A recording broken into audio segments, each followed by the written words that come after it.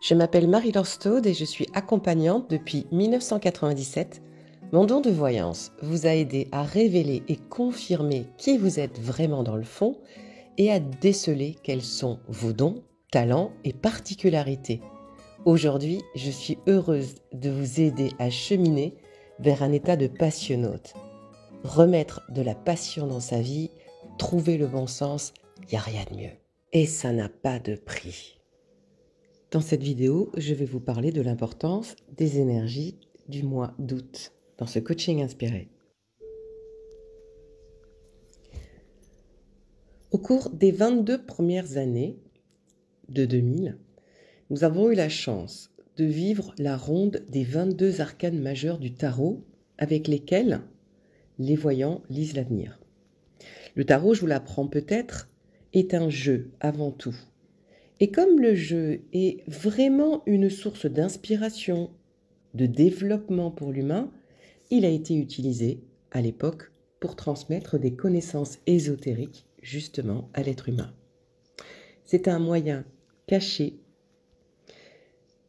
aux yeux de tout le monde et en même temps au nez et aux vues de tout le monde de mettre des informations sur le développement, sur les étapes qu'un être humain vit dans sa vie. Un maître au cours de sa vie, quoi qu'il fasse, passe par différentes étapes plus ou moins agréables. La découverte de lui-même, de ses dépendances, de sa culpabilité, de son besoin d'exister, de créer, d'être le premier ou de subir d'être le dernier. Pendant longtemps, son besoin d'émancipation, sa peur du jugement des autres sur ses œuvres, son besoin d'être seul ou sa difficulté face à la solitude, sa peur du futur, ses regrets du passé, bref, j'en passe. Donc pendant ces 22 années, entre 2001 et 2022, nous avons eu l'occasion d'expérimenter largement la découverte de nous-mêmes. Pas étonnant que le développement personnel soit aussi répandu ces 10 dernières années. Aujourd'hui, en 2023, nous sommes passés à une autre étape. Nous savons qui nous sommes, alors nous allons faire. Nous pouvons faire aujourd'hui, car grâce à cette longue introspection, normalement, nous savons qui nous sommes. Ce que nous sommes venus faire. Au contraire, nous avons compris que cette place occupée n'est pas du tout la nôtre. Et que nous allons bientôt la quitter, quand nous serons prêts. Nous sommes dans une phase de 23 années où nous allons apprendre à oser assumer notre vraie vie au milieu des autres. Ces autres qui ne nous connaissent pas toujours vraiment, qui attendent de nous que nous jouions un certain rôle, qui nous voient aussi d'une telle façon qui n'est pas ce que nous sommes dans le fond. Ces 22 années nous ont appris à connaître, à découvrir, à approfondir nos dons, nos talents, nos compétences, nos qualités, ce qui nous fait plaisir, ce qui au contraire nous met dans un état de déprime, de dépression. C'est pas par hasard qu'il y a eu autant de burn-out, de déprime, de dépression, de suicide même, et de maladies aujourd'hui, depuis quelques années, qui s'amplifient d'ailleurs. Donc, ce mois d'août 2023, vous l'avez peut-être compris à travers tout ce que je viens de dire, cette petite introduction. Notre être, au fond, sait très bien ce qui ne lui correspond plus et commence sérieusement à savoir ce qui, au contraire, lui correspond aujourd'hui. Mais nous sommes inscrits dans une vie où nous avons eu l'habitude de laisser faire, de prêter allégeance à nos parents, au gouvernement, à notre entreprise, à notre patron, à notre chéri, parfois à nos enfants, à nos grands-parents. Et là, il nous est demandé, notre être a besoin, il s'est incarné pour cela. Donc intérieurement, en fait, chacun est appelé à poser sa vraie vie. Et comme à travers ces 22 années, nous avons compris énormément de choses sur nous, pour tous ceux qui ont fait un travail d'introspection, et il y en a beaucoup, beaucoup, beaucoup, beaucoup. Alors, la théorie, c'est bien, le concept, c'est bien, mais la réalité, c'est mieux. Donc, ce mois d'août nous invite maintenant à vraiment faire ce que nous avons envie de faire, de marcher sur notre propre chemin, de mettre les pieds dans nos propres baskets. Avant, vous avez eu des coachs, normalement, des accompagnants, des thérapeutes qui vous aidaient à vous découvrir, vous redécouvrir, à vous comprendre, à nettoyer vos peines, à vous alléger de toutes ces charges émotionnelles de maltraitance, de déstabilisation, de non-mise en sécurité.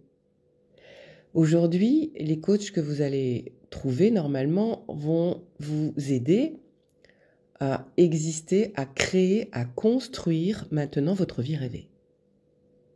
Alors si vous n'avez pas fait ce long travail d'introspection, ça ne veut pas dire que c'est terminé, que c'est trop tard, ça veut dire juste que vous allez le faire, mais de manière beaucoup plus rapide, puisque cette énergie, ce temps d'introspection des 22 premières années est passé, mais beaucoup quand même, de personnes ont fait ce travail pas facile, qui était de nager à contre-courant, et ils portent cette énergie de résolution, d'introspection profonde, et trouvez-les, regardez autour de vous.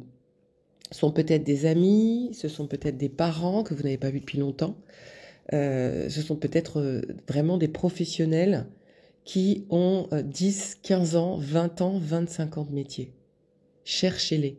Ne prenez pas quelqu'un qui commence. Quelqu'un qui commence n'a pas fait ce travail d'introspection pendant ces 22 années. Il ne portera pas en lui l'énergie de cette résolution, de la découverte de soi-même, de la compréhension de notre choix d'incarnation et justement d'être capable d'assumer d'être qui on est.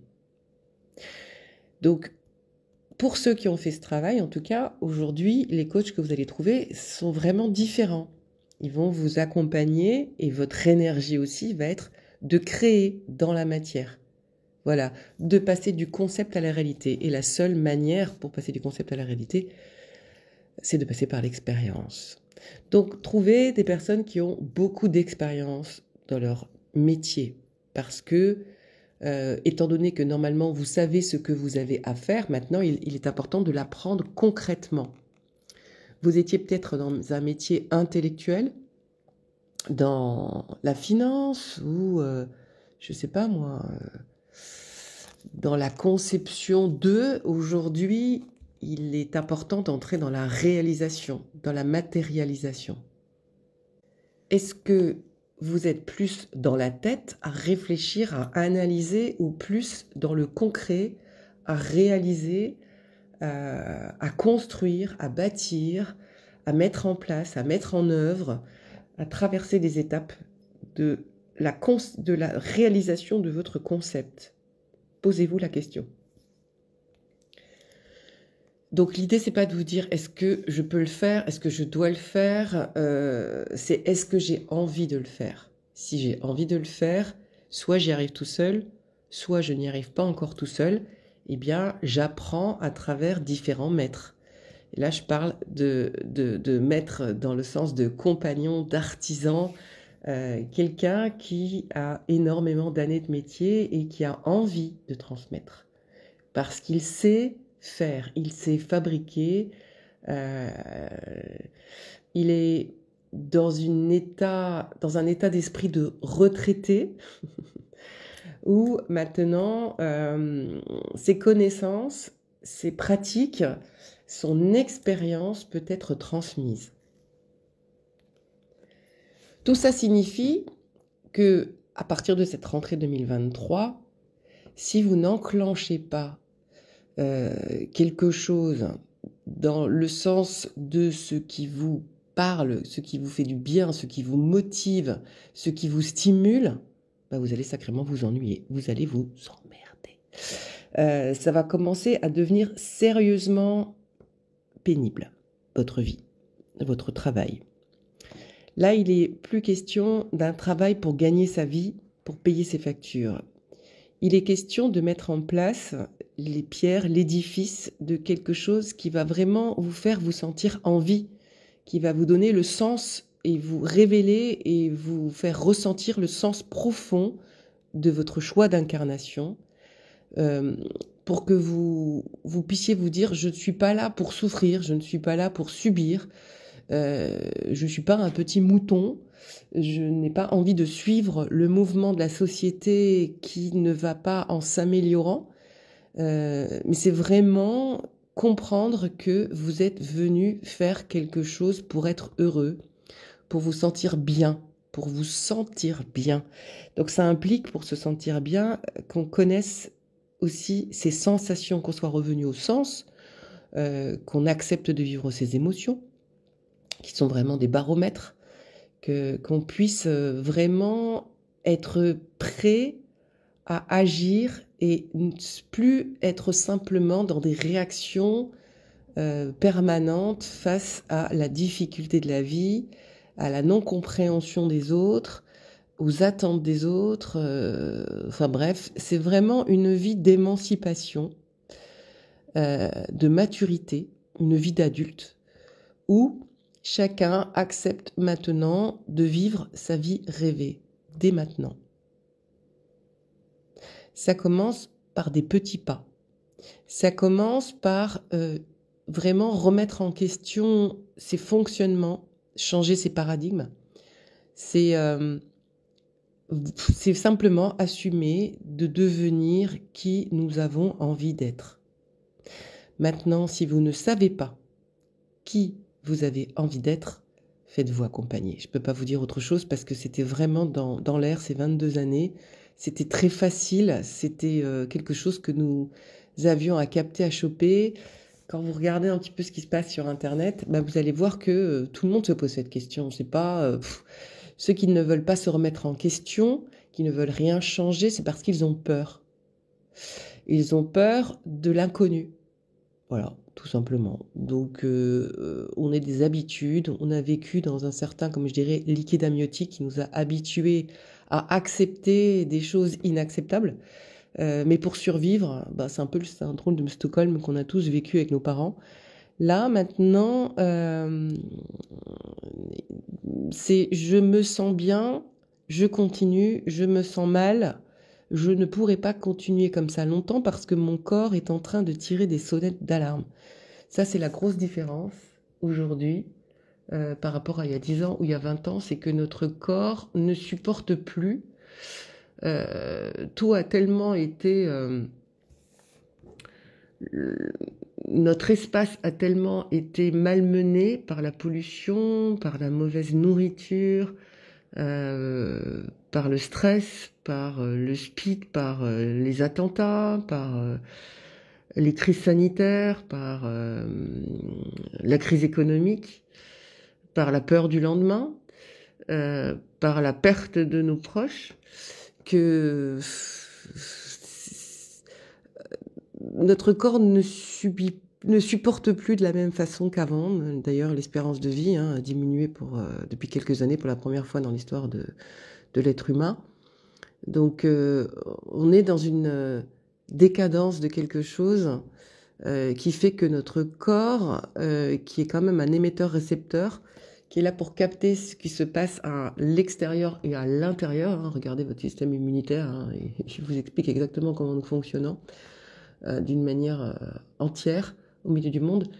Et là, le corps ne pourra plus supporter de vivre quelque chose qui ne nous correspond pas. Cette anesthésie, ces blackouts, cette sidération que nous avons pu vivre en protection ces dernières décennies, ça va devenir insupportable. Voilà, ça va devenir insupportable. Donc votre corps se réveille pas pour vous rabaisser, pour vous faire du mal, pour que vous puissiez vous désespérer de la vie, mais au contraire pour vous dire coucou, est-ce que tu es dans ta vraie vie? Est-ce que ce que tu vis est ce que tu as vraiment envie de vivre? Est-ce que tu kiffes ta life, quoi? Voilà. Est-ce que vous kiffez votre life? It's a question. Ça, c'est la grande question de la rentrée. Donc, ce mois d'août, prenez le temps de vous regarder vivre, de vous demander si, en plus c'est les vacances, si ces vacances que vous vous octroyez, c'est les vacances que vous avez envie de vivre, ou si elles sont juste là pour vous reposer, pour retrouver de l'énergie parce que vous n'en avez plus. Est-ce que vous utilisez ces vacances, est-ce que vous les mettez à profit pour vivre des choses que vous rêvez de faire depuis longtemps? Est-ce que vous êtes offert de vraies vacances? Vous êtes vacant dans votre tête ou vous allez vers du plaisir, vous prenez le temps de vous occuper des gens que vous aimez, de partager des moments avec des personnes avec qui vous êtes sur la même longueur d'onde? Voilà. Est-ce que vous êtes en train de vous préparer à être prêt au moment opportun pour mettre en place votre vie rêvée? Voilà les énergies du mois d'août. Je vous invite à réécouter plusieurs fois cet audio, cette vidéo, si vous avez envie de comprendre ce qui se joue, parce que nous allons rentrer dans quelque chose de tendu si nous nous octroyons pas ces bulles de respiration, ces instants de bien-être, ces instants de vérité. Voilà. 2023 nous ouvre la porte sur notre vérité, pas sur la vérité du monde, sur notre vérité. Voilà. Eh bien, je vous souhaite de bonnes vacances. Profitez de ce temps pour faire un point, pour vous regarder être, pour vous regarder vivre, et pour vous demander si vous êtes heureux, joyeux, si vous aimez la vie, si vous aimez qui vous êtes. Et ça va être un grand pas vers vous ce mois d'août pour mettre en place l'édifice. Alors, les autres, dans tout ça, me direz-vous? Eh bien, les autres, chacun doit prendre, peut prendre, a à prendre ses responsabilités pour être heureux et pour changer sa vie. Est-ce qu'on vous demande de l'aide? Est-ce que vous avez le temps? Est-ce que c'est le moment d'aider les autres ou est-ce que c'est le moment de vous aider vous-même? Voilà la question. Donc il ne s'agit pas d'être égoïste, il s'agit de s'occuper de soi. La différence entre les deux, être égoïste, c'est utiliser les autres pour faire avancer ses projets. C'est ne pas contribuer et ne pas donner sa part dans une vie avec les autres. S'occuper de soi, c'est prendre sa part dans ce que nous avons à faire dans notre famille, dans notre entreprise, dans la société, et se donner du temps, trouver du temps, prendre du temps pour se reposer, pour se remettre en question, pour changer sa vie. Voilà, tout simplement. Donc faites bien la différence. Il ne s'agit pas de ne pas s'occuper des autres, il ne s'agit pas de ne pas prêter main forte aux autres, pas du tout. Il s'agit juste de se demander si on a l'énergie de le faire, si ça va pas être aux dépens de notre propre sécurité physique et émotionnelle. Alors, haut les cœurs, bon mois d'août, c'est le moment de vous préparer tranquillement à être prêt pour votre nouvelle vie.